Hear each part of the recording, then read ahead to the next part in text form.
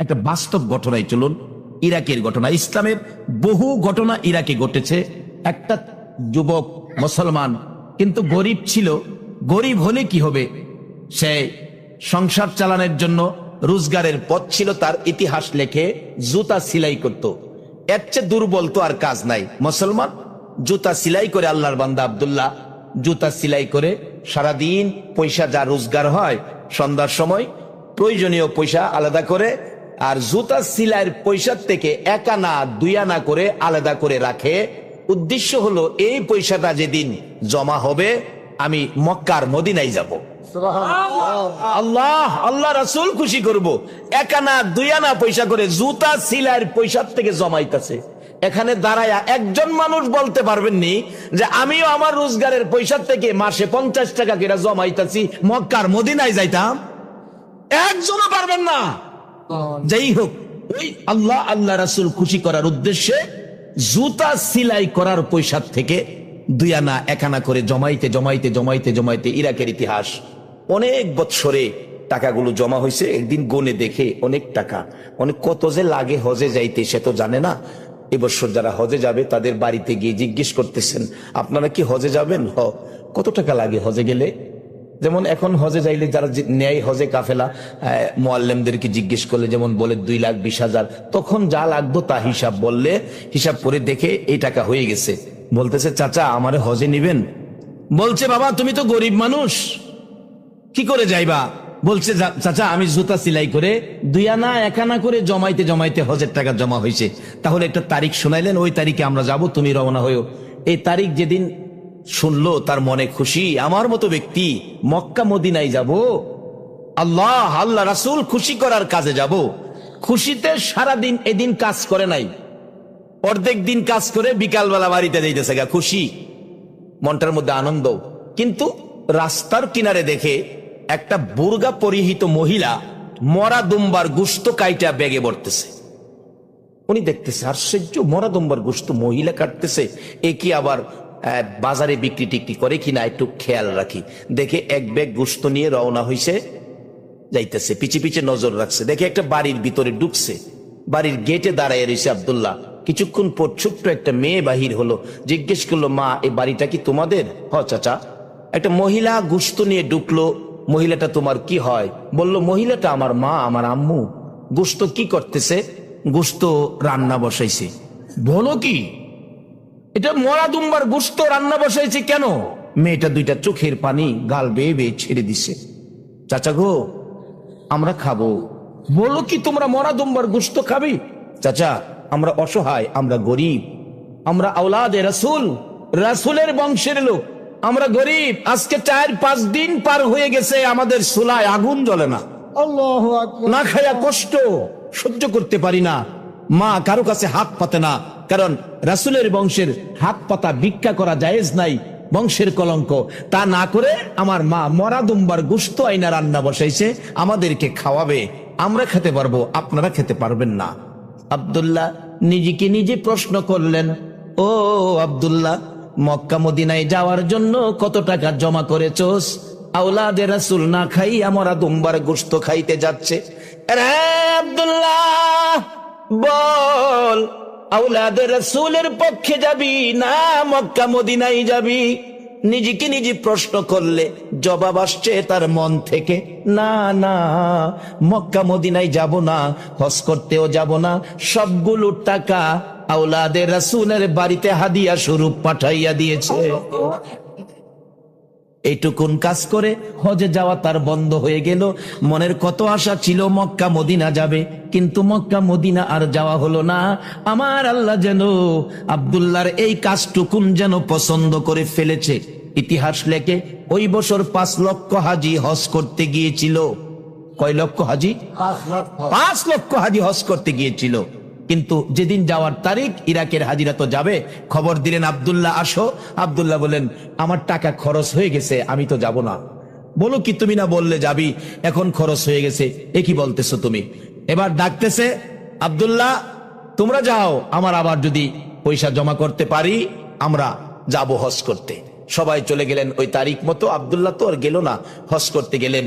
সবাই মক্কা মদিনায় যেখানে যাওয়া দরকার সবাই উপস্থিত। মক্কাতে গিয়ে খানায় কাবা তওয়াফ করতে শুরু করলেন ইরাকের হাজী সকলে মিলে। এমন সময় দেখে ইরাকের হাজিরা খানায় কাবা তওয়াফ করতে গিয়ে দেখে সকলের আগে আগে আব্দুল্লাহ তওয়াফ করতেছে। আল্লাহু আকবার বলুন। এই আল্লাহ কি আছে এখনো? তাহলে আমরা তো সেই আল্লাহর দরবারে দুইটা দাবি পেশ করছি, মক্কা মদিনায় যে আল্লাহ, ইরাকে যে আল্লাহ, এই বাংলাদেশের 2500 কিন্তু বাসনটা ওইটাই সেরকম ভেজাল মুক্ত বাসনটা নিয়ে বসেন। বলে হুজুর কিছু ভেজাল যা আছে এটাও আজকে পরিষ্কার, নিয়তে বসেন, নিয়তে বসেন। হাজিরা কয় হ্যাঁ কইলো আইতো না, অহন হ্যাঁ আমাদের আগে হস তওয়াফের কাজ করে, তওয়াফটা শেষ করে হ্যারে জিগামু। তওয়াফ শেষ করে দেখে আব্দুল্লাহ নাই। নামাজে দাঁড়াইছে, দেখে নামাজের আগের কাতারে আব্দুল্লাহ। নামাজও থেকে খালি চাইতে হ্যাঁ নামাজটা কোন সময় শেষ হইব, হ্যারে দৌড়মু। সালাম ফিরাইলে নাই। মদিনায় গেছে একই অবস্থা, নামাজের আগের কাতারে আব্দুল্লাহ। আচ্ছা এই অবস্থা হইলে কন্ত নামাজের খেলইব না খালি হেরফাই খেলইব? এমন কিছু মানুষ আছে না আমরা বাংলাদেশেও নামাজে ঘরে এই যে দিক সেদিক চা এরকম আছে না? আপনাদের এদিকে আছে কিনা জানি, আমার একজন মুসল্লি আছে, এটা নামাজও থাকে ওই দিক সেদিক চা দেখে কাচ্ছে তার জুতার লাগে জুতার হ্যাঁ এই দিন আর তার নামাজ ঠিক মতো হইতো না। তার জুতা নিয়ে কেউ নেগা খালি এইদিকে খেল। নামাজের থেকে একদিন কয় আমার জুতা নিয়ে না, আরেকদিন নামাজের ভিতরে বুঝি মুখের মধ্যে কদ জমছে, থুতু জমছে, কি করব? হ্যাঁ নামাজ লইয়াই বাইরে গেছে। মনে করছে নামাজ এভাবে দৈরা রাখার নাম বুঝি নামাজ, এটা লইয়া ওই বাইরে গেছে। বাইরে গিয়া কেশিয়া কুশিয়া যা আছে করে পরিষ্কার করিয়া অনেকক্ষণ পরে খাতির জমাইছা আবার জামাতের লগে খারিছে, নামাজ ছাড়ছে না। সরল মানুষ আর কি, আর তবু তো হ্যাঁ নামাজ পড়ে। আর আমরা তো বুদ্ধিমান হইয়াও অনেকে নামাজ পড়ি না। বাবারে কবরস্থানের কথা কি ভুলে গেছো? ওই যে আজকে কবরস্থানের নাম উপরে লেখা, নামাজ পড়লেও কবরস্থানে তোমার ঠিকানা, না পড়লেও কবরস্থানে তোমার ঠিকানা। এ চিন্তা পড়লে আগিলা মুরব্বীরা রাত্রে গুনগুনায় কাঁদছে, কি বলে? মিচামিচি কাটাইলাম জিন্দিগি, বলুন মিছামিছি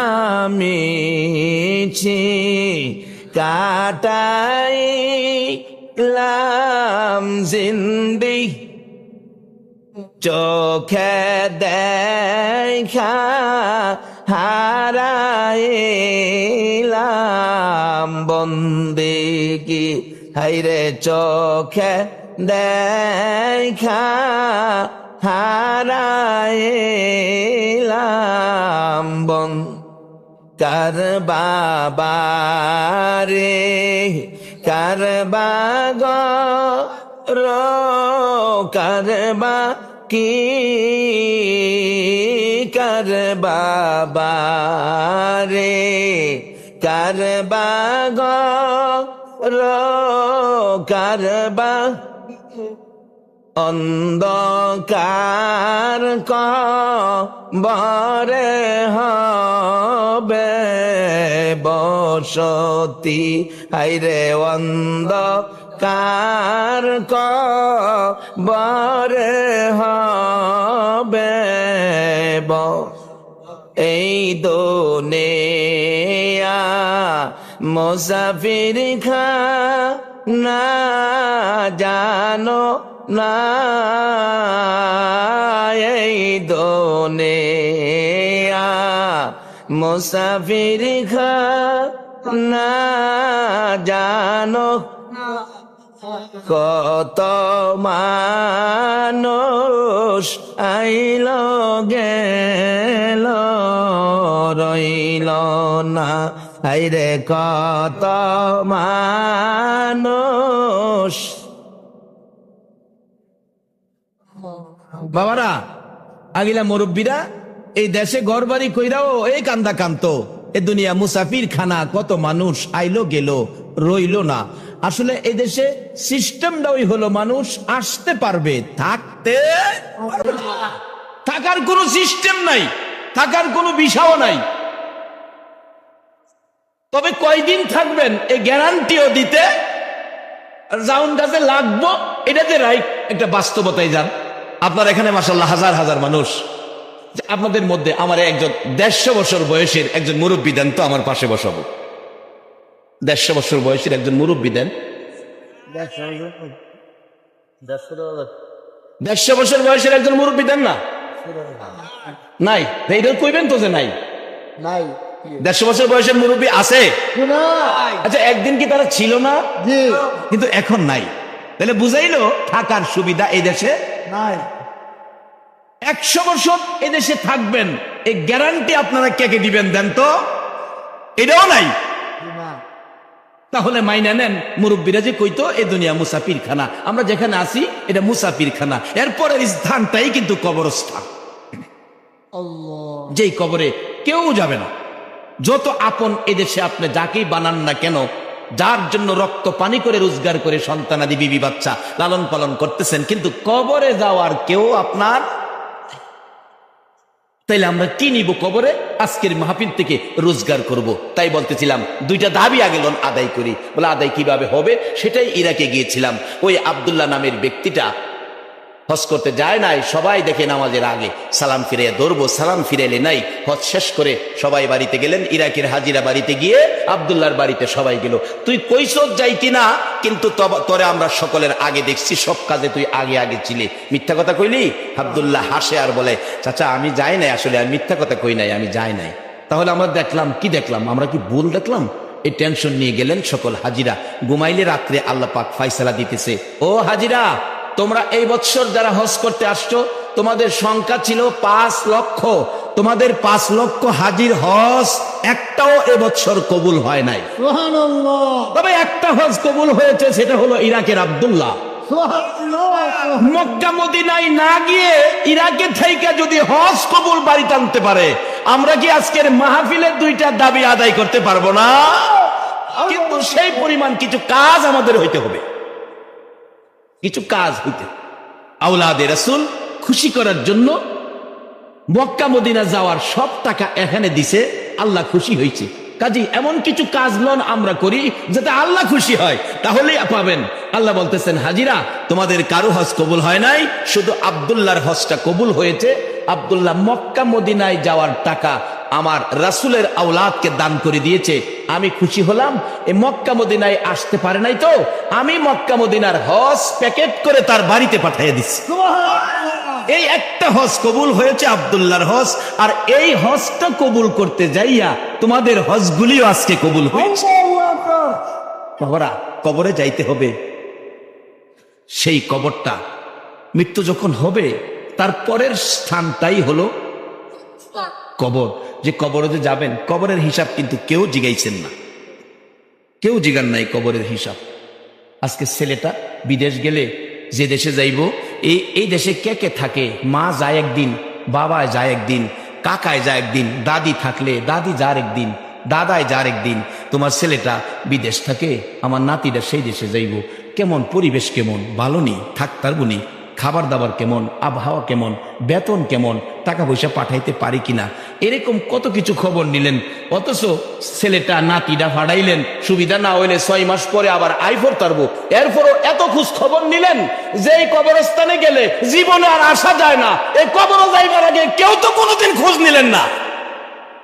রাসূল বলেছে, এক একটা কবরে 99টা করে সাপ দেওয়া হবে। নবীর কথা সত্য না মিথ্যা? 99টা সাপ, দুনিয়ার সাধারণ সাপ না। এক একটা সাপ দংশন করলে 70 গজ মাটির নিচে চলে যাবে। অন্য সাপগুলির হাত থাকবে, ইস্পাতের নূক থাকবে, আবার টাইনা উঠাবে। দুনিয়ায় কি শোনো নাই আমার কথা? তুমি ভুলে গেছিলা? আমি তো তোমাকে ভুলবো না। এভাবে দংশন চলবে। এক একটা সাপ যদি দুনিয়ার উপর মাথা বাহির করে একটু শ্বাস ফালাইতো, সমস্ত পৃথিবীর গাছ গাছরা পুড়ে ছাই ছাই হয়ে যাইত। এমন পুরাই পুড়তো, এই জমিনে কিয়ামত পর্যন্ত আর কোনো গাছ গাছরা হইতো না। এই মারাত্মক সাপ 99টা কবরে দেওয়া হবে। রাসূল বলছে, বলুন রাসূলের কথা সত্য না মিথ্যা? যদি রাসূলের কথা সত্য মানেন, তাহলে আপনি ইমানদার, না হয় আপনার ইমান ধ্বংস। বাস্তব ঘটনা। এই কবরে যাবেন, ও যুবক বাবা, তুমি সাবধান হও। 91 সনে মাসিক পত্রিকায় খবরটা পেয়েছি। পাকিস্তানের রাওয়ালপিন্ডির পীর দুহা কবরস্থান। একটা যুবকের মৃত্যু হলে কবর কুড়ে লাশ নিয়ে গেছে দাফন করবে, যায় দেখে কবরটা বন্ধ হয়ে গেছে। মাটিয়ে বুঝাইতেছে তোর মতো পাপীকে আমি রাখবো না। ইমাম সাহেব ছিলেন আল্লাহওয়ালা, উনি বললেন বাবা কবর কুড়ো নাই? হুজুর কুরসি তো, কবরটা বন্ধ হয়ে গেছে, আরেকটা কবর কুড়ো। 91 সনের ঘটনা। আরেকটা কবর কুড়া হলো। কবরটা কোরার পর হাজার হাজার মানুষের সামনে কবরটা আবারও বন্ধ হয়ে গেছে। ইমাম সাহেব বলেন আরেকটা কবর করো, 3টা পর্যন্ত দেখি। 3 নাম্বার কবরটা আর বন্ধ হলো না। বলছে 2জন লোক কবরে নামো। নামলেন, লাশটা দাও তাদের হাতে। দিবার আগেই কবর থেকে 2জন লোক কাঁপতেছে আর ডাকতেছে, হুজুর লাশ দিবার আগে আপনি একটু দেখে যান কবরের অবস্থা কি। আল্লাহওয়ালা বলেন, আল্লাহর ওলি বলেন, আমি কবরের পাশে যাইয়া দেখি 2-2.5 হাত লম্বা কালো রঙের বিচ্ছু, মানুষের চোখের চেয়ে বড় বড় চোখ, কবরটা ভরে গেছে। এই কবরে আমাদের প্রত্যেকের যাওয়া হবে কিনা বলো? তবে আমরা যাব এটা তো কিছু পিছনে আছে, যারা গেছে তাদের খবর নেওয়া দরকার আছে কিনা। এর মধ্যে যাদের খবর নেওয়ার জন্য, যাদের পক্ষে এখান থেকে শান্তির ফায়সালা চাওয়ার জন্য আল্লাহ নিজে কোরআন শরীফে নির্দেশ করেছে, এই কাজগুলি আমাদের করা দরকার না? কোরআন শরীফে নির্দেশ করেছে তাদের জন্য দোয়া করা। সে ব্যক্তিরা কারা? রব্বির হামহুমা কামা রব্বায়ানি সগীর। বলুন না, রব্বির হামহুমা কামা রব্বায়ানি। যে মা 2টা বাজে বাড়িতে গেলেও যাইয়া দেখতেন দরজাটা খুইলা দাঁড়াইয়া রইছে। যে বাবা সন্তান বাড়িতে না আসলে রাত্র 10টায় বাস স্ট্যান্ড হারিকেন লইয়া দাঁড়াইয়া থাকতো। একটা বাস যদি স্ট্যান্ডে লাগতো, বাবা দৌড়াইয়া একের মতো বাসের দরজার কিনায় দাঁড়াইয়া থাকতো। কত মানুষ নামলো, আদুরের সন্তান নামলো না, বাবা কানতে কানতে বাড়িতে যাইয়া পৌঁছছে। এই দরুদি মা বাবা যার কবরে আমার আল্লাহ যদি তাদের জন্য দোয়া করতে শিক্ষা দিতে পারে, বলুন এই কাজগুলি করা আমাদের দরকার আছে কিনা? বাবারা এটাও তো আমরা করি না, এটাও তো করি না।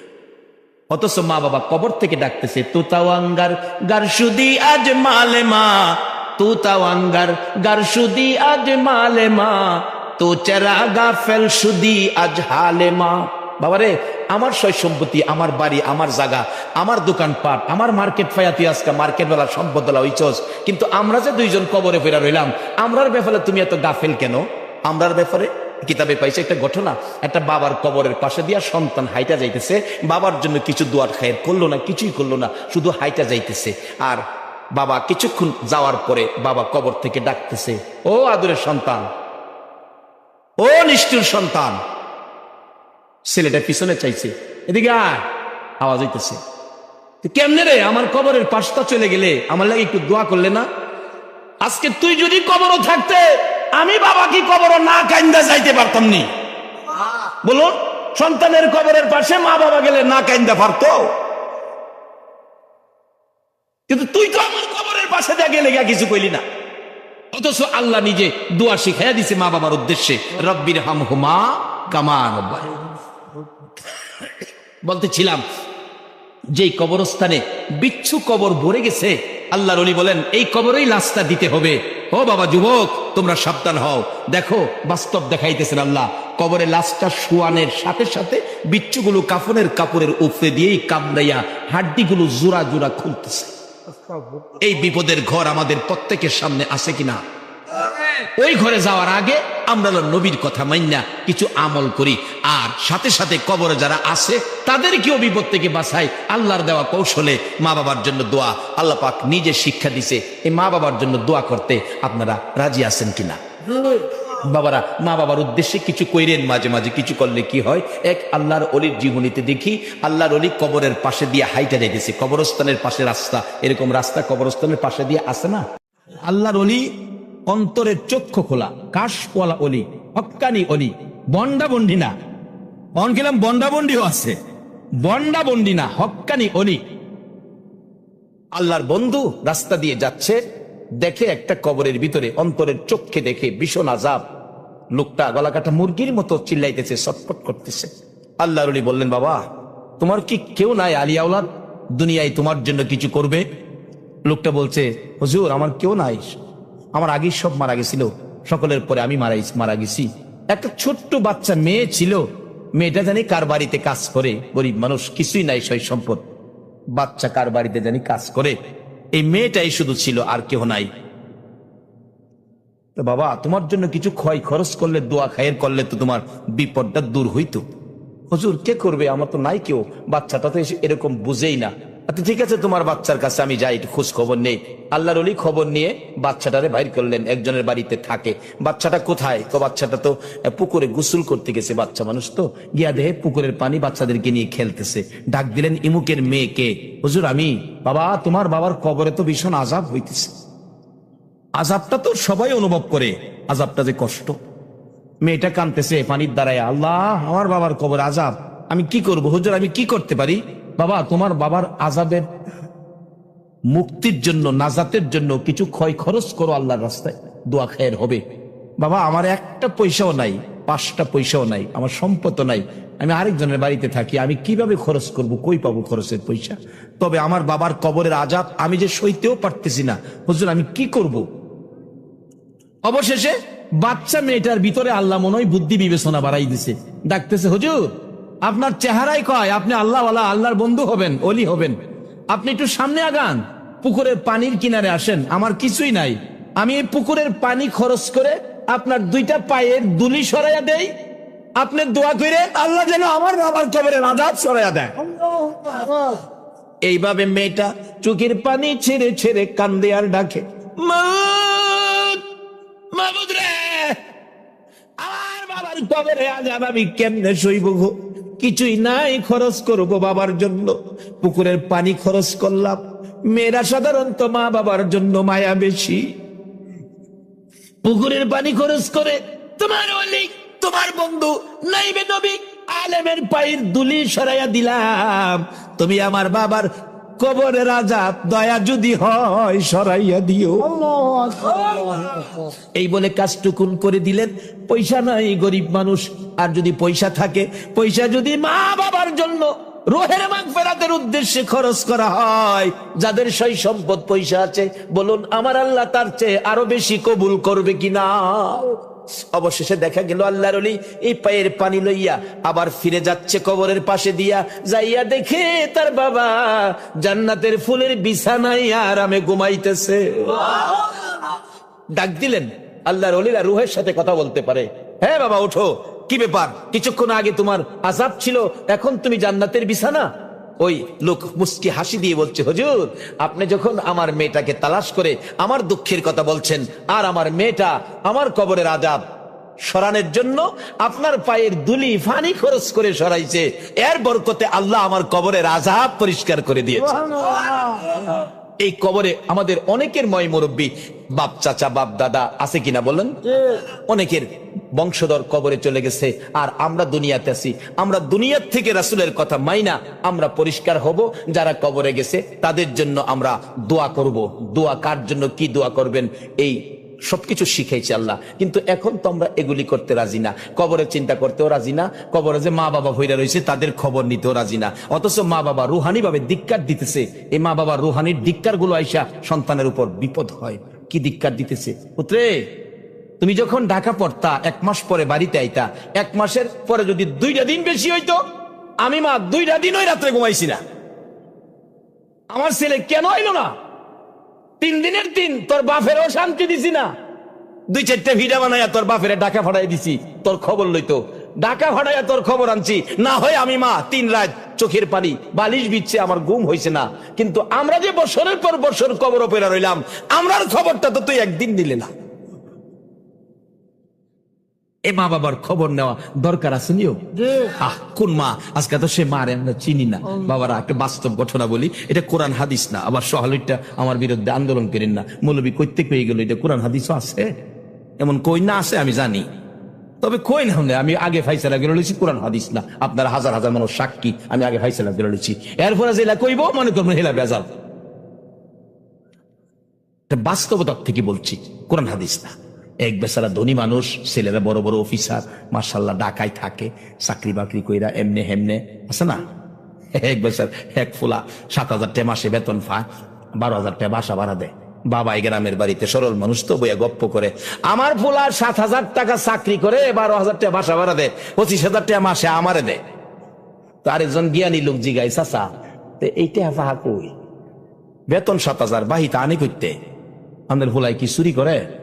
কয় না না করতে ফাঁক উফরি আছে, উফরি আছে। যাই হোক, উফরি টুফরি এমনি এমনি কোটি কোটি টাকার মালিক বাবারে গ্রামের বাড়িতে বড় লোক বানায় দিছে, রাজকীয় পরিবেশে বাড়িঘর জমি জামা কিনা বা বইরা লাইছে। আর বাপর সরল মানুষ, বিকাল হইলেই বাড়ির সামনে বইয়া যেই যা ডাক্তার বাও চা খায়া যাও, আর এটা যা দেখতাছ সব আমার গেলাম নিচে না হাত উফরে দিয়া সব আমার। আজ কিছু মানুষ আছে না না সাথী হইতে জানি তো হ্যাঁ সালে ভানো দে কাল কেন খাক। তার বাইয়া সিন একটা মৌলবী গিয়ে হাতটা এনে ধরছে, ভাই সাহেব হাত দিছে না মানে কি কোন খালি প্রত্যেক দিন সব আমার কি আপনার, আমি হিসাব করে দেখছি আপনার কিচ্ছু নাই, কিচ্ছু নাই আপনার। আরে তোরে মৌলবী বানাইছি না একটা ব্যাককল বানাইছি।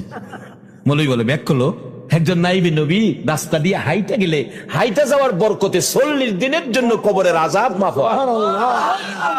মৌলবীর ব্যাককল কইলে কি আর বড় ভাইয়ের লগে মৌলবী ঝগড়া করবো?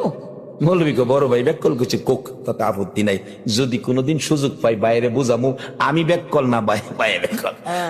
খালি কয়টা সব আমার, আসলে যে নিজের জন্য কিছুই করে নাই, আখিরাতের কোনো সদাই ভাই করে নাই। গত 2-4 বছর আগে এক ঘটনা ঘটছে, পুরান ফানিতে যারা এই বৈশাখে দান লাগাইছে, বুড়ো দান, এটা দান বাইরেছে ঠিক, ভিতরে সাইল নাই। তা আপনারা দেশ কি কইন? সিডা, আমরা এলাকাত কই সুসা। সুসা আর সিডা জিনিস একটাই আর কি, শব্দ দুইটা। সিডা দান ভিতরে সাইল নাই, মৌলবী এইবারই সুযোগ। ভাইজান আপনার তো সব খবর পাইছেন, একটা দানের ভিতরে সাইল নাই, সব সিডা।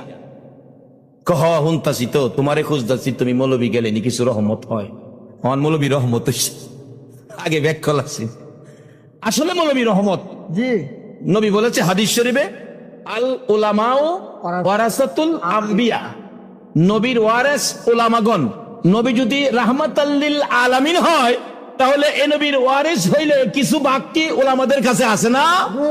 তবে উলামাদেরও উচিত এগুলি নিয়ে সাবধানে থাকা, সাবধানে থাকতে হবে, এই রহমতটাকে যাতে নিজের কাছে রাখা যায়, এইভাবে চলতে হবে। আল্লাহ তৌফিক দেখ, সকলে বলুন আমিন। যেই হোক, লম্বা ঘটনা, অনেক সময় যাইতেছে, আমি সংক্ষেপ করে আনছি। এবার এই বেচারা ডাকতেছে, ভাইজান একটু দেখে আইতাম জমি জামাগুলো, কহ তোমার লয়ে যামু, ক্ষেতের আইলে গিয়া দেহে টিপ দিয়া ভিতরে চাল নাই, সব সিডা, সব সিডা। ডাকতেছে, ভাইজান জমি আছে, গাছ আছে, কিন্তু নাই ভিতরে কিচ্ছু। কহ এটা পয়সা খরচ করলাম, কিছুই তো পাইলাম না। ভাইজান তাহলে বোঝা গেল থুইয়াও নাই। কহ আচ্ছা ভাইজান আমি একটা কথা কই, মানবেন? আমি তো ব্যাককল মৌলবী। কি? আপনি ক্ষেতের আইলো একটু শুয়ে যাইবেন, আমি সাদা একটা চাদর আইনা আপনার ঢাইক্যা কাছে বইয়া কান্দুম, আমার বাইরের সাপে কেটে মাইরা লিখছে, কিন্তু আমি ডাক না দেওয়া পর্যন্ত আপনি উঠতারতেন না। কি হইব কইটা পরে বুঝবেন। কই যা তুই ছোট ভাই কইছস। সাদা চাদরটা গুইরা একটা দাগ দিছে, দাগ দিয়া কান্তাছে, আমার বাইরে সাপে কাটছে। মৌলবী এত বড়, মৌলবী কান্তাছে, মানুষ কি না গিয়া পারেও? চারদিক মেয়ে পুরুষ কেরাও দেলাইছে, কোন কি হয়েছে? সাপে কাটছে। দাগের ভিতরে যাই না, ভিতরে গেলে বিষ আপনার শরীরে ঢুকবো। অনার কেউ দাগের ভিতরে গেলে তো দেখবো, লড়ে সরে না, মরলে এনে ঠান্ডা হয়ে থাকতো, এটা তো শ্বাস দিয়ে ভালো আইসো। অবশেষে মানুষ আইসা হলে আফসোস করা, লোকটা এত সম্পত্তির মালিক ছিল, আজকা খেতে রাইলো হইরা লইল, আর কবর যে যাইবো কি হাত কি বইরা না খালি খালি হাতে কবর যাইবো। হলেই খালি কথাটা কয়। আচ্ছা যে যাওই কয়, এই ভদ্রলোক সব শুনেনি করে। মৌলবী তো আমার হুয়াইছে এই দিল্লাই কেনে, কিন্তু মৌলবী তো কইছে আমি ডাক না দিলে উঠতারতেন না। ফুলাফান তো খবর হইয়া গাড়ি লইয়া ডাইরেক্ট খেতে রাইলো, দৌড়াইয়া গেছে। চাচা আমার বাবারে সাপে কাটলো, আপনি কইয়াছিলেন? বাবারে আমি তো কাছে আসিলাম, সাপে তো কে চাচা কে বাবা এইটা চিনে না, যারে সুযোগ পাহেরেই মারে। আমি দৌড়াইছি বাজান, সাপেরে দৌড়াইছি। আমার বাপেরে মাইরা লাইছে আর আপনি সাপেরে দৌড়াইছেন। আরেক মুরব্বী কয়, মৌলবী সাপে কাটছে? জি। সাপে কাটা রুগী তো বাবা সহজে মরে না, যদি কবিরাজ দিয়া উজা দিয়া 20টা জাইরা নামাইতারেন তাহলে হয়তো রুগীটা ভালো হয়ে যাবে। মৌলবী মনে মনে কয়, সাপে কাটলে না উজায় নামাইতো। তো কথা আমি নিয়ে আসি। হ্যাঁ দৌড়ে গেছে কবিরাজের বাড়ি, কবিরাজ সাপ মরে নাই, বাই খালি কর সব আমার। কবরের চিন্তা বাইর নাই, আখিরাতের কোনো সদাই বাইর হইছে না, খালি বলে সব আমার। আপনি একটু কাজ করবেন, 2-3টা ফু দিয়া কইবেন এই বিষ নামান যাইত না, একটা সিস্টেম করবেন ভাই, যে সব আমার এটা বুঝাইবার লেগিয়া কি এইভাবে এইভাবে এইভাবে কইবেন। আচ্ছা ঠিক আছে, মৌলবি ফরাই আনছে এইভাবে করতো, মৌলবি বলে বেকল দেখেন না কি ফয়েন দেশি আইছে। কবিরাজের 2-3 হুদিয়া কই সর্বনাশ, এই বিষ নামান যাইতো না। ছেলেরা ধরছে, চাচা এত বড় কবিরাজ, নামি দামি কবিরাজ, আপনি বিষ নামাইতে পারবেন না? বাবারে এটা মারাত্মক সাপের কামড়, তবে একটা সিস্টেম আছে, ওই যে মৌলবি ফরাই আনছে, এই সিস্টেমে হয়তো একটা কিছু করা যাইতে পারে। সিস্টেমটা কি? তোমাদের মধ্যে বড় ছেলে কে? বড় ছেলে? চাচা বড় ছেলে আমি খুব বড় অফিসার, বড় ছেলের মধ্যে আমি বড় অফিসার। তা তুমি তোমার বাবার পায়ের কাছে একটু খাড়াইতে হবে। কি করবেন? আমি মাথার থেকে বিষ যাইরা যারার চাপে বিষ পায়ে দা বাইরিব, তোমার শরীরও বিষ ঢুকে দেব, তুমি মইরা দেবা, বাবা ভালো যাবো। বড় ছেলে কই, চাচা এটা একটা যুক্তির কথা কইলেন, আমি এত বড় অফিসার, এত দায়িত্ব আমার, বাবা সাপে কাটছে, আমি মরতাম বিষ লইয়া, বাবায় বাঁচত, এটা কথা কইলেন? এটা কি সম্ভব? পৃথিবীতে এমন কোন ঘটনা শুনছেন?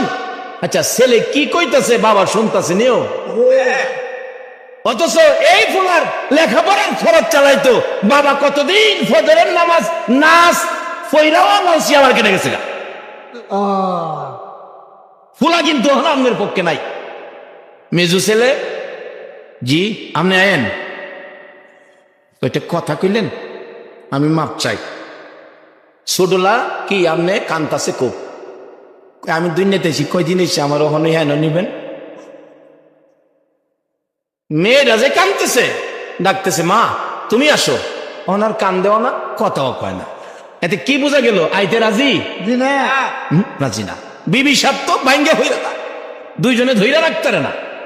কবিরাজ কয় আপনি জি আমি ওনার ওয়েফ, তাইলে আপনি এভাবে কি করবো, সাপ জায়গা আমিও মরে যাব, ওতে আপনি মরলে ভাইয়ের কাছে খারাপ, 20টা জায়গা আপনারে দেই, আপনি মরেন, সাহেব ভালোই যাবো গা।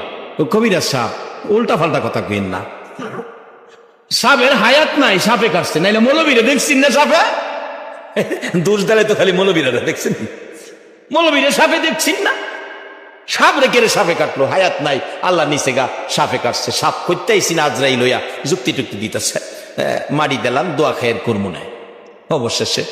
আচ্ছা এই ভদ্রলোক সব শুনছে নি, কে কি কইছে শুনছে, আর কইতাছে মনে মনে, রে মৌলবী তো এলে কেন আমার হুয়াইছে। কবিরাজ জিজ্ঞেস করেন, ও মৌলবী সাহেব এই লোকটা জীবনে কি করলো? নিজের জন্য কিছুই করলো না, কেউ তো তার আপন পাইলাম না, আরো কেউ তার আপন আছে কিনা দেখি, চেষ্টা করে তার পক্ষে দাঁড় করাইতে পারি কিনা, কেউ আছে কিনা। মৌলবী সাহেব চোখের পানি ছেড়ে ছেড়ে ডাকতেছে, রে কবিরাজ আছে রে, আরেকজন মানুষ আছে রে, ইনি হলেন আমাদের গর্ভধারিণী মা।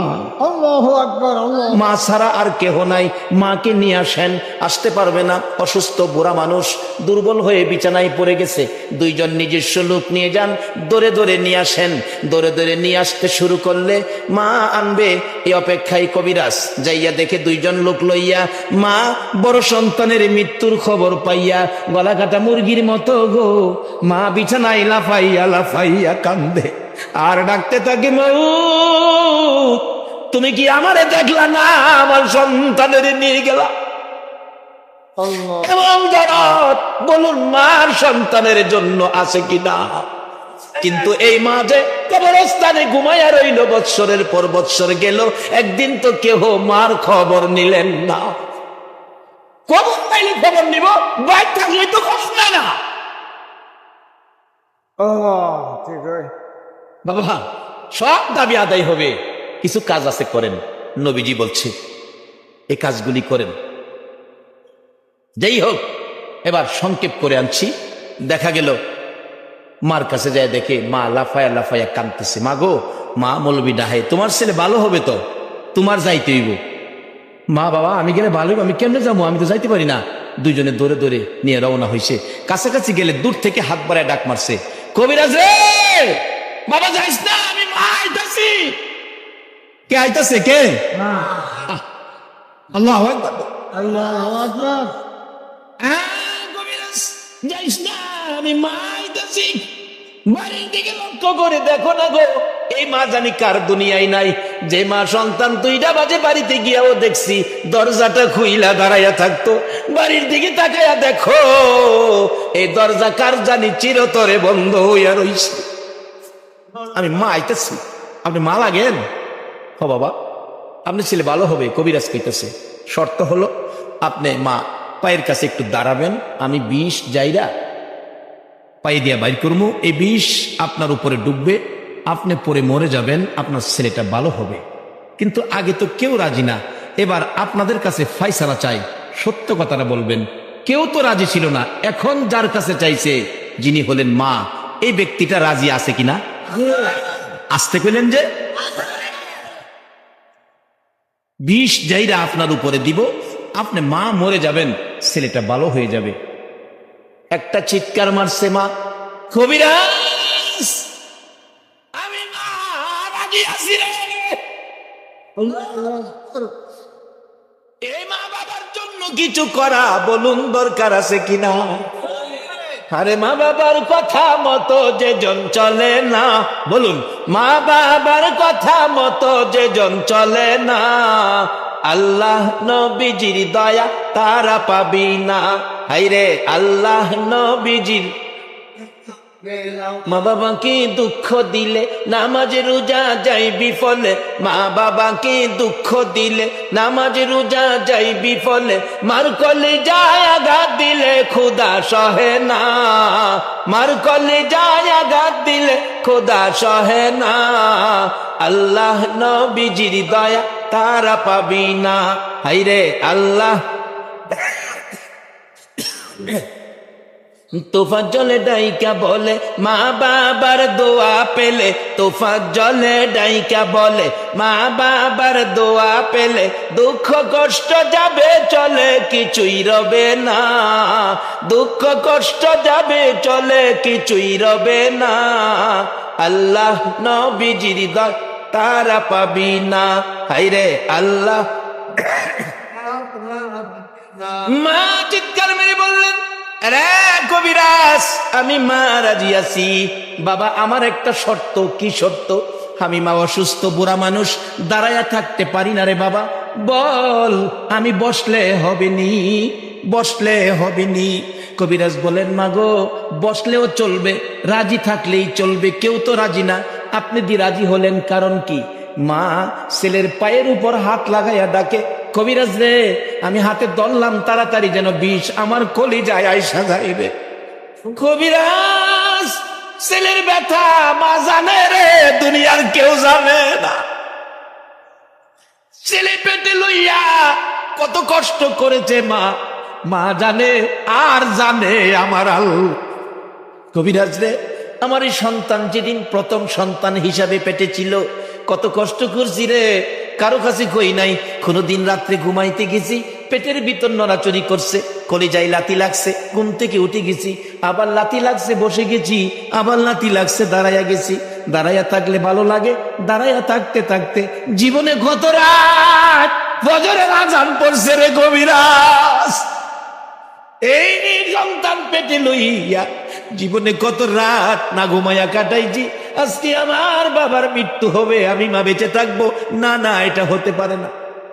বাবা যেদিন দুনিয়াতে আসবি প্রসব ব্যথায় আমি পাগল পাগল হয়ে গিয়েছিলাম। একদিনের ব্যথা কারো কাছে কই নাই, দ্বিতীয় দিনের ব্যথা জিহ্বা কামড়াইয়া সহ্য করেছি, তৃতীয় দিনের ব্যথা রে গলা কাটা মুরগির মতো লাফাইছি, একবার মাটিতে পড়ে গেছি, আবার বিছানায় শুয়ে গেছি, মাথায় তাপড়াইছি, বুকে তাপড়াইছি, ব্যথা অসহ্য হইয়া মহিলারা ঘরে দরজা বন্ধ করে দিয়ে আমাকে চুপ করে বসে থাকতে বলছে। আমি ডেকে ডেকে বলছি, মহিলারা গো আমি কেমনে চুপ করে থাকবো গো, ও মহিলারা সন্তান প্রসবের এত ব্যথা গো আমি আগে জানি না, আমার একটা দাও হাতে দাও, গলাটা কাইটা আমি মৃত্যুবরণ করি। মহিলারা দেখছি দাও জাতীয় সবগুলো জিনিস করে রে বাহিরে ফেলে দিছে। আবার হাত বাড়ায় বলছি 2 টাকার বিষ কিনা দাও, ব্যথা আমার সহ্য হয় না, বিষ খাইয়া মৃত্যুবরণ করি। মহিলারা বলছে মা গো পাগলামি করিস না গো মা, তোর মাথায় আমরা পানি দিতেছি, পাগলামি করিস না, সন্তানের মা হইতে এই কষ্ট আমরাও করছি গো মা। আল্লাহরে ডাক রে, আল্লাহ নি 2টা 2 জায়গায় করে দেয়। ওই মা প্রসব ব্যথার যন্ত্রণায় যখন আল্লাহ গো কইয়া ডাক মারে, আমার আল্লাহ ঘোষণা করে দিয়ে রাখছে, ফেরেশতারা রে, প্রসব ব্যথার যন্ত্রণায় যে মা আল্লাহ গো কইয়া ডাক দিবে গো, এক একটা ডাকের বিনিময় এক একটা কবুল হজের নেকি আমি আল্লাহ দান করে দিব। তোমার আমার মায়ের প্রসব ব্যথার কষ্টে যদি আমার আল্লাহ কবুল হজের নেকি দিতে পারে, সন্তানের উপর যেই দায়িত্ব আদায় করা বলুন দরকার আছে কিনা? যাই হোক, লম্বা করে হয়ে গেছে। এবার ডাকতেছে কবিরাজ। মা কেউ মানলো না, আপনি মানলেন। বাবা আমি কষ্ট করছি, আমি জানি সন্তানের কি ব্যথা, কাজে একটা কাজ করো, সব ব্যথা আমার কলিজায় দাও, আমি মা মরে যাব, আমার বাবারে ভালো করে দাও। আচ্ছা, এই ভদ্রলোক সব শুনছিনি। এবার মৌলভী সাহেব ডাহে, ভাই একটু উঠেন, কিন্তু ভাই তো উঠে না। যেই তো মাথার রুমালটা সরাইছে, মা একটা চিৎকার মারছে, বাবা বাবা গো, তুমি বেঁচে আছো। এই মাঝে কবরে কি করলেন মার জন্য? মা তুমি বেঁচে আছো? হ বাবা বেঁচে আছি। বড় ভাই উঠেন, দেখে কানতে কানতে চোখের পানিতে মাটি ভিজতেছে। মৌলভীজিকে, ভাইজান অহন কান্দেন কেড়ে? এবার কন, অতদিন তো কইতেন সব আমার, এবার কন আপনার কি আছে? বাইরে আমার কিচ্ছু নাই, আমার কিচ্ছু নাই। এটা ক আমার চোখের সামনে যাইতো। কিছু আপন থাকলে একমাত্র আমার মা ওই আছে, আর কেউ আপন নাই, মাই আমার আপন। তখন কান্দেন কেড়ে? উঠেন ভাই, উঠতে কি করবো, কই যাবো? একদিন তো আইন আমার মাটিতে শুয়াইবি, এ কবরস্থানেই তো শুয়াইবি। অহন কান্দেন, এত দিন তো কাঁদছেন না, অহন কি লেগে কান্দেন? বড় ভাই ডাকে, গোনার বোঝা মাথায় লইয়া কাঁদতেছি, বলুন না, গোনার বোঝা মাথায় লইয়া কাঁদতে, মাফ করে দাও মাবুদ আল্লাহ এলাহি, আইরে মাফ করে দাও মাবুদ আল্লাহ। আল্লাহকে বান্দা মাফের আশায় আমারে চোখের পানি ছাইরা ডাক দিছস, আমি আল্লাহ তোরে মাফ করে দিই। যাই হোক, এই সুযোগ আমাদের জন্য আছে, আমরা মাফ নিতে পারবো, দুই দাবি আদায় করতে পারবো এই মজলিসে। আর যে নির্দেশ কোরআন শরীফে, কবরে যারা আছে, কবরস্থান এটাকে হেফাজত করতে হবে। কবরস্থানের হেফাজত করা বিধি বিধানে আছে। সেটা কিরকম বিধি বিধান? একটা বাউন্ডারি কবরস্থানের করবেন, ওই কবরের উপরে গম্বুজ কইরা লক্ষ লক্ষ টাকা খরচ করবেন, এটা না। এই হাতে তুমি কি দিবা গো, কি দিয়ে তুমি আল্লাহর ইজ্জত রক্ষা করবা গো? আল্লাহ তুমি যদি খালি ফিরাইয়া দাও, বলো তোমার রহমান রহিম নামের ইজ্জত থাকবে নি? আল্লাহ ফিরাইও না, ঘুরাইও না। একটা দাবি করি গো আল্লাহ, জানি দুনিয়ায় থাকবো না, তারপরেও শয়তানের দুকাই পড়ে, দুনিয়ার মায়াই পড়ে বহু গুনাহ করে ফেলেছি। আজকের মাহফিলে আর কিছু দাও বা না দাও, আমাদের জীবনের গুনাহগুলো ক্ষমা করে দাও। মাবুদ রে, ক্ষমা করে দাও গো জীবনের গুনাহ। ক্ষমা যদি না করো, কবে জানি মৌতের চিঠি দিয়ে আজরাইল পাঠায়া দাও। কবে জানি চারজনে ধরে উঠানের কিনারে পর্দা টানাইয়া, নাকে কানে তুলা লাগাইয়া জীবনের শেষ গোসল করাবে রে আল্লাহ। সন্তানগুলো এতিম হইয়া উঠানের কিনারে কাঁদবে গো বাবা বাবা বলে। বড় মেয়েটা শ্বশুর বাড়ির থেকে পাগল বেশে আওলা কেসে দৌড়ায় আইসা বাবার বিছানায় পরে ডাক দিবে, বাবা এই বিছানা খালি করে কই যাইবা গো বাবা? ওই দিন আসার আগে আজকের মাহফিলে আমরা যারা হাত বাড়াইছি, আমাকে সহ সকলের জীবনের গুনাহগুলো ক্ষমা করে দাও আল্লাহ গো। আরেকটা দরখাস্ত করি, তুমি রাগ হইও না গো আল্লাহ। আমি জানি না হাজার হাজার মানুষের মধ্যে কত মানুষ চলে গেল, এই মানুষগুলো এখনো দোয়ার জন্য বসে আছে। কি জানি মনে ব্যথা, কি জানি মনে দুঃখ, কার জানি মনে ব্যথা। হুজুর দোয়া না করে যাব না গো, আমরার মা নাই গো, আমরার মা নাই। কার জানি মনে ব্যথা, বাবা নাই রে, নাই দরদি বাবা দুনিয়ায় নাই। কে জানি হাত বাড়াইছে বাবার অভাবী, কে জানি হাত বাড়াইছে মায়ের অভাবী। এই অভাবীর হাত দেখলে তোমার মায়া লাগেনি গো আল্লাহ। আল্লাহ গো, মা যার কবরে, মার কথা কেমনে বলবো গো আল্লাহ। যে মা সন্তান কোথাও গেলে পিছে পিছে মা রাস্তা পর্যন্ত যাইতো, যত দূর সন্তানের গাড়ি দেখা যাইতো মা রাস্তার কিনারে দাঁড়াইয়া এতিমের মতো তাকাইয়া থাকতো। এই সন্তান বাড়িতে আসবে খবর শুনলে রাত্র 12টা 1টাও যদি বাজছে সারা গ্রামের ঘরের দরজা বন্ধ হইতো। মা দরদি দরজাটা খুইলা গো বিনাইয়া বিনাইয়া কাঁদতো। একটা গাছের পাতা যদি পড়ছে একটু আওয়াজ যদি মায়ের কানে লাগছে, মা 2 কদম সামনে গিয়ে চিৎকার মারছে, বাবা আইসো, আমি তোমার মা দাঁড়াইয়া রইছি। এই দরজা কার জানি চিরতরে বন্ধ হইয়া গেছে গো আল্লাহ। আমার মতো মায়ের অভাবী কে জানি হাত বাড়াইছে রে আল্লাহ। যার বাবা নাই বাবার অভাবী হাত বাড়াইছে।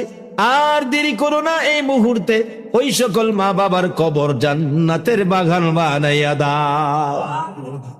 আল্লাহ গো, মা বাবা যার দুনিয়াতে আছে হায়াত বাড়িয়ে দাও। মা বাবা কেমন জিনিস বুঝার তৌফিক ছেলে মেয়েদেরকে দান করে দাও। ইয়া আল্লাহ, দাদা দাদি নানা নানি শ্বশুর শাশুড়ি আলিয়া ওলাদ বংশধর ময় মুরব্বী পাড়া প্রতিবেশী খানদানবাসী মহব্বতী, খাস করে এই এলাকার জমিনের নিচে যত মুমেন মুমেনাত ঘুমিয়েছে সকলের কবর জান্নাতের বাগান বানাইয়া দাও। মাবুদ, এই পর্যন্ত যারা মাহফিলে কষ্ট করে বসে আছে আমাদের মধ্যে যারা অভাবী অভাব দূর করে দাও, যারা বিমারি আমি সহ সকল বিমারিকে শেফা করে দাও, শেফা করে নেক হায়াত বাড়াইয়া দাও।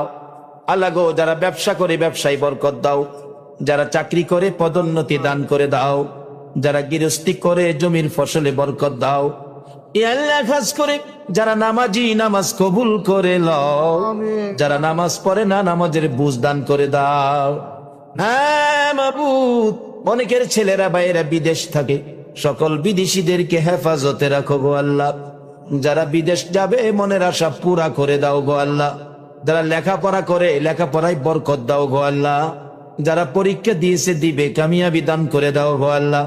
মা বোনদেরকে রাবিয়া বস্তির মতো বানাইয়া দাও। কাল কিয়ামতে খাতুনে জান্নাত ফাতেমাতুজ জাহরার সাথে হাসর নসিব করে দিও গো আল্লাহ।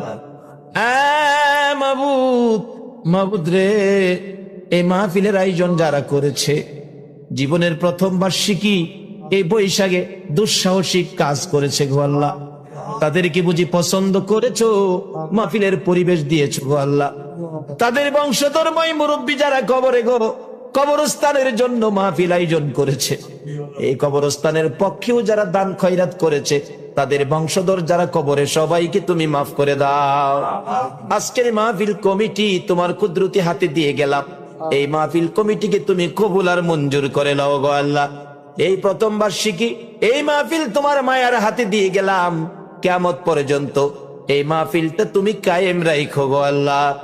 এই মাহফিলে যারা আসছে আসবে, সাহায্য সহযোগিতা করেছে করবে, সকলকে তুমি দয়ার নবীরে একদিন ঘুমের ঘরে স্বপ্নে দেখাইয়া দাও। আর কিছু দাও বা না দাও, তোমার নবীর একদিন ঘুমের ঘরে স্বপ্নে দেখাইয়া দাও। নবীজিকে স্বপ্নে দেখাইয়া আমাদের কলিজা ঠান্ডা করে দাও। ইয়া আল্লাহ, এই মাহফিলে যা আলোচনা হয়েছে আমাকে সহ সকলকে আমল করার তৌফিক দাও। আল্লাহ, মাহফিল শেষে যারা যেখানে যাবে সহি সালামতে পৌঁছাইয়া দাও। যতগুলো দরখাস্ত করলাম এই মাহফিলের উসিলাই, দুরুদের উসিলাই, জিকিরের উসিলাই সবগুলো তুমি কবুল আর মঞ্জুর করে নাও।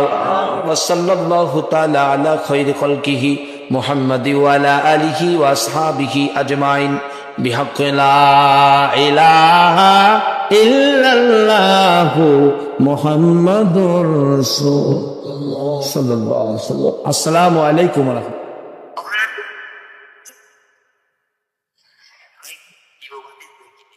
খোলা রেখে দিব, গোলার মা রেখে দিব, পাল্লার পাশে ফেরালা। কিন্তু ঈদের দিনে তোমার আপনার ঘটনা আমরা কেন আছে রান্না করছে, অনেক রান্না করেন না, অনেক বিশ্বাস করে মতি অন্য করি। আমরা কেন আছে ঈদের দিন মারা গেছে। সিরিয়াল আছে, যাওয়ার সিরিয়াল নাই। এই দেশটার মধ্যে থাকি, ভাওয়ার পেলে গ্রাম মাটি নাই, আমরা কারো ভাওয়ার পেলে মাটি নাই। তাহলে এখন কি করা? বাজারটা করা। বাজারের পরামর্শ দিলে হাসান বসরি রহমাতুল্লাহ আলাইহি শামাউনকে, কথাটা খেয়াল আছে? শামাউন কান্দে, তুই চোখের পানিতে গাল ভিজে গেছে। হাসান বসরি রে, সময় থাকতে কালিমাটা আমারে পড়াইলি না। জীবনে ভালো কাজ করতাম, ভালো কাজ করতাম। বলবেন হুজুর ভালো কাজ, কোন ধরনের কাজগুলি বেশি ভালো? আমি না বলে আমার আল্লাহর কোরআনে আল্লাহ কি বলছে শোনেন। ওয়াকাদা রাব্বুকা আল্লা তা'বুদু ইল্লা ইয়্যা ওয়া বিল ওয়ালিদাইনি ইহসানা। আল্লাহ বলেন ইবাদত করো আল্লাহর, ইবাদত করো মা বাবার। তাহলে বোঝা গেল ইবাদতের পরে সবচেয়ে ভালো কাজটা হলো মা বাবার খেদমত করা।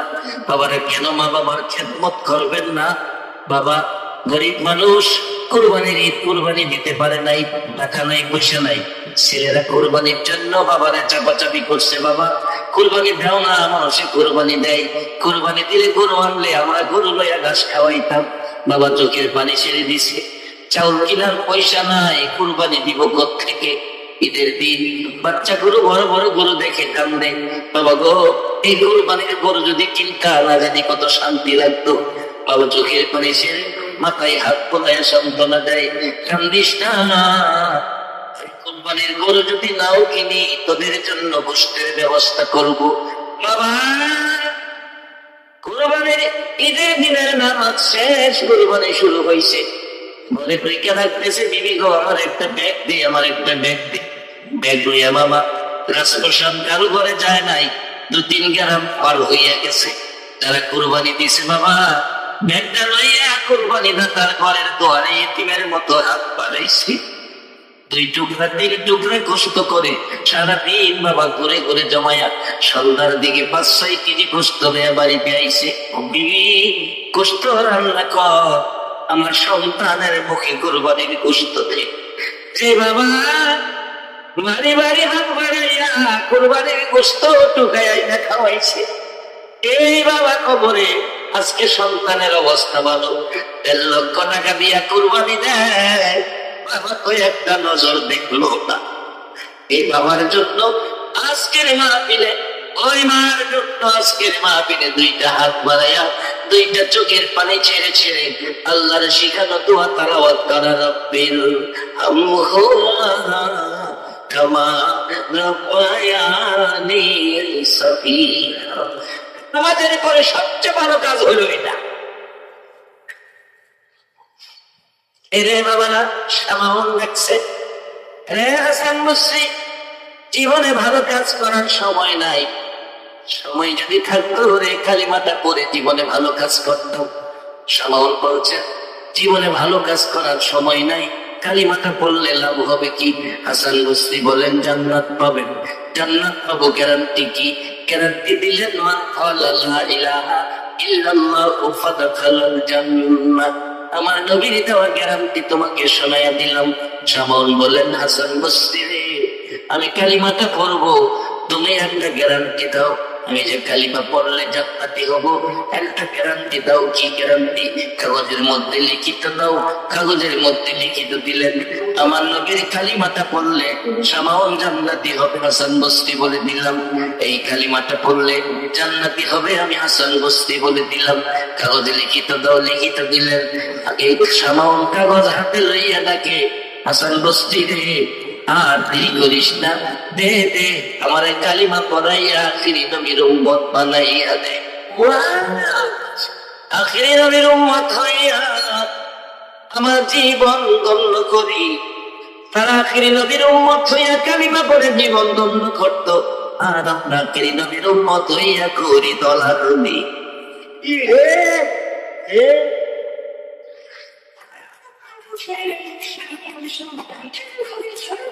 ইসলামে নাই কই ভাইদের দলাদলি, ইসলামে তো দলাদলি নাই। ইসলামের দলাদলি করবেন কোন অধিকারে? ইসলামকার মালিক তো আল্লাহ। ইন্নাদ দীনা ইনদাল্লাহিল ইসলাম। আর এই ইসলামটা প্রচারের দায়িত্ব পাইলেন নবী মুহাম্মদ রাসূলুল্লাহ। আল্লাহ বলছে আমাইতি রাসূল ফাকাদ আতাল্লাহ, তোমরা আমার এই রাসূলের কথাগুলি মানো, তাইলেই হবে আমি আল্লাহর কথা মানা। কারণ রাসূল বানায়া কোনো কথা বলে নাই, আমি যা বলাইছি তাই রাসূল বলছে। এখন আল্লাহকে যদি পেতে চান রাসূলের মাধ্যমে যান, রাসূলের মাধ্যমে যান। আল্লাহকে যদি পেতে চান আমার রাসূলের আদর্শ ব্যতীত আল্লাহ পাওয়ার বিকল্প আর কোন রাস্তা দলাদলি না বাজার হিংসা বিদ্বেষ না এটা কিনা কে কোন দলের এটা শুধিয়া আল্লাহরে খুশি করার কাজ কতটুকু করতে পারছি এই চিন্তা সামান্য হাসান বসরি দে কালিমা পড়াই দে, কালিমা পড়ে মুসলমান হয়ে গেলেন। লম্বা ঘটনা ছোট করে বলছি, হাসান বসরি কালিমা পড়াই গেলেন, সামাউলের মৃত্যু হবে, অসুস্থতাই বলছেন, সময় যেন কাছায় গেছে, ডাকতেছে আমার আশপড়শিরা রে, ও আমার আশপড়শিরা আলিয়া ওলাদেরা, আমি তো মুসলমান হয়েছি, আমি বলে কালিমা লইয়া কবরে গেলে জান্নাত পাবো, সামাউল জান্নাতি হবে। হাসান বসরি লিখিত দিয়েছে আমি মারা গেলে গোসল দিয়ে কাফন পরাবি, কাফনের ভিতরে কাগজটা দিয়ে দিস। আমি তো ভালো কাজ করতে পারি নাই, একটা কাজ ভালো করেছি, আমি আখিরি নবীর উম্মত হয়েছি, এই কাগজটা আমি কবরে যাইয়া দেখাবো। হাসান বসরির কাগজ কবরে দেখাবো। সামাউলের মৃত্যু হয়ে গেলে কথা মতো গোসল দিয়ে কাগজটা কাফনের ভিতরে দিয়ে কাফন করে জানাজা পড়ছে, জানাজা শেষে দাফন করেছে কবরে। মানুষ কবর সারোবরে চলে গেলেন, রাত্র গভীর। হাসান বসরি রহমাতুল্লাহ আলাইহি ডাকে, রে পৃথিবীর মানুষেরা, আমি ঘুমের ঘরে ঘুমিয়েছি, স্বপ্ন যুগে দেখি সামাউন জান্নাতি পোশাক পরে আমারে আয়েশা ডাকতেছে, এরে হাসান বসরি এই নাও তোমার কাগজ, তোমারে দিয়ে যাই। হাসান বসরি রে তোর কাগজ আমার প্রয়োজন পড়ে নাই রে হাসান বসরি, আমি যেই নবীর কালিমা পরে কবরে গেছি রে, এই নবীর কালিমার বলে আমি জান্নাতি হইয়া গেছি। যেই নবীর কালিমা লইয়া কবরে যাওয়া মাত্র জান্নাতি হয়ে যায়, সেই নবীর উম্মত হইয়া জান্নাতে যাওয়ার পথে থাকা বলুন আমাদের দরকার আছে কিনা? বাবারে কিভাবে জান্নাতের পথে থাকা? আল্লাহ তো আপনাদেরকে জান্নাতের কথা ঘোষণা দিয়েছে। আমার নবী বলেছে মাল আহিয়াউন, কোরআন শরীফে বলেছে মাল আহিয়াউন মিন রাব্বিহিম ইয়ারযাকুন, তোমরা ওই পথে চইলা কবরে আসো, আমি আল্লাহ আখিরি নবীর উম্মতের বেলা কবরে খানা খাওয়াবো। আমার নবী বলেছে আদ-দুনিয়া ও মাজদাতুল আখিরা, দুনিয়াটা আখিরাতের বাজার। আমার আল্লাহ কয় বন্ধু কোথাও বাজারের কথা কইলা না, লোহের জগতে বাজারের ঘোষণা দিলা না, মার পেটে বাজারের ঘোষণা দিলা না, কবরে বাজারের ঘোষণা দিলা না, আসলে বাজারের ঘোষণা দিলা না, দুনিয়াতে যখন বাজারের ঘোষণা দিছ আল্লাহ ডাকতেছে বন্ধু গো, আমি আল্লাহ তোমার এই বাজার কবুল করে নিলাম। রে বাবারা, এই নবী যা কয় তাই আল্লাহ কবুল করে নাই। যার বাস্তব একজন মশহুর সাহাবী যার নাম আব্দুর রহমান, উনি একটা পিলার বাচ্চা পালতেন।